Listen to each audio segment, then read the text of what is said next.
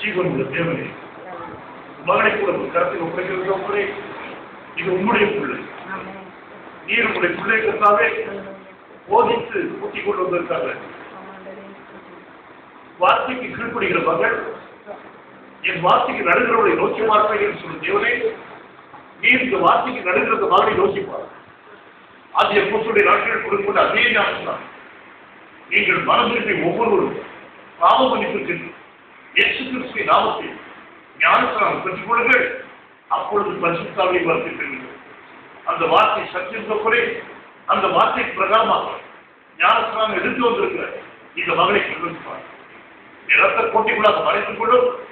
இந்த மகள் இந்த தண்ணீரில் அல்ல, இந்த ரத்தத்தை மூழ்கி வெளியே பரிசுத்தமாக உமக்கேற்ற உத்தமமான சாட்சிகள் இந்த மகள் மாற இப்பொழுதே உடைய கரத்தை நீங்க பூமியிலே பாவங்களை மன்னித்தே மனுஷகுமாரனாகி இயேசு கிறிஸ்துவுக்கு அதிகாரம் கொடுத்தது நாங்கள் அறிந்து சென்றிருந்தோம். இந்த அற்புதத்தை நீ செய்துகிறோம். மகன் மேலும் ரத்தம் தெரிவிக்கப்படாது. ஆகிய போசு கொடுத்த அதே ஞானஸ்நானம் இந்த மகனை பாவம் மன்னித்தார்.